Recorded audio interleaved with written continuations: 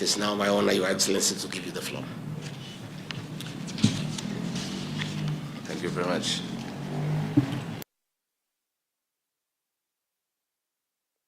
Deputy President of the Republic of Kenya, Excellencies, esteemed Ministers of Cabinet, Members of Parliament, Ambassadors, high-level officials present here today, ladies and gentlemen, all protocols observed. Good morning.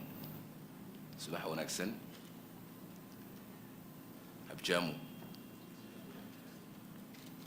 Let me start by expressing my deepest gratitude for the warm welcome and kind hospitality extended to me and my delegation during our visit. It is always a pleasure to be here among friends in the beautiful country of Kenya. We are not only neighbors, we are not only neighbors who share borders. We share deep historical ties and bonds of brotherhood that shape our shared aspirations. We are also partners in the quest for regional stability and prosperity and share the ambitions of progress of the global South. Somalia is committed to be an active partner in the quest for a more integrated and cooperative East Africa.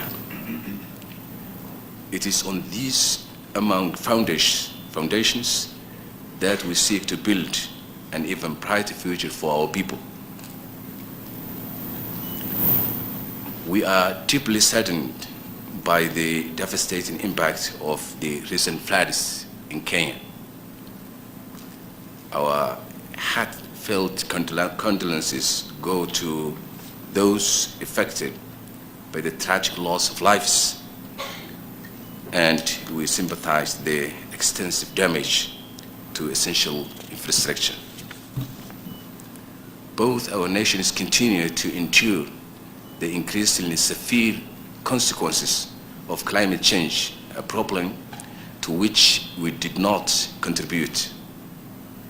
We must enforce our cooperation in climate adaptation and environmental protection and intensify our collective efforts in advocating for more global financing to address loss and damage.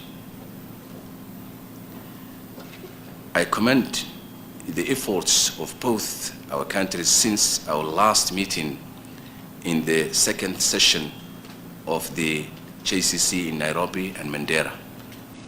Our Joint Commission for Cooperation lays a strong foundation for today's discussions.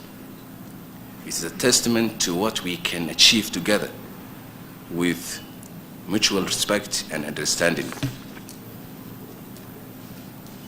In the past few days, our senior officials have engaged in joint constructive discussions reviewing the progress made so far and potential areas where we can forge new ties of cooperation.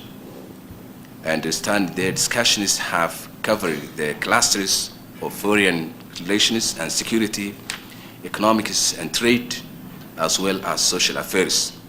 I took note that it is time to find renewed commitment to not only continue our cooperation, but to deepen it, recognizing that together our potential is limitless.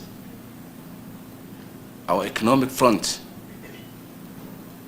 we are paving the way for a more integrated future, removing barriers to trade and creating a seamless flow of people, goods, services, and ideas to capitalize on and complement our respective resources. On security, we stand united against the threats of terrorism and transnational crimes, committed to safeguarding the peace that is the right of every East African citizen. I am particularly pleased with the advancement made in discussions agreements reached and the memorandums of understanding we signed during this session. Let us ensure that the commitment made are commitments kept and agreements are implemented in full. The instruments we have signed must be blueprints for action and pathways to the tangible benefits that our people expect and deserve. I also urge our respective institutions to continue and expedite their dialogues and formalize relevant agreements in the remaining areas discussed by the set deadlines. Finally, I would like to thank His Excellency the Deputy President, the ministers, MPs present, senior officials from both our nations and guests present here today who have worked tirelessly to bring these discussions for fruition.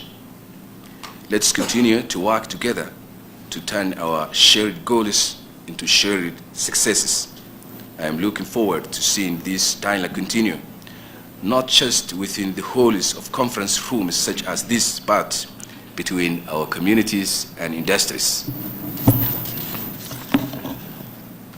Let us build bridges where there have been none and strengthen those that have stood the test of time. Once again, Your Excellency, accept our deepest thanks and appreciations for your warm hospitality. I look forward to witnessing the promising fruits of our collective efforts. Thank you. Your Excellency, on political constitution, I reaffirm our commitment. Meaningful political consultations with our esteemed partners. This serves as a cornerstone of diplomatic relations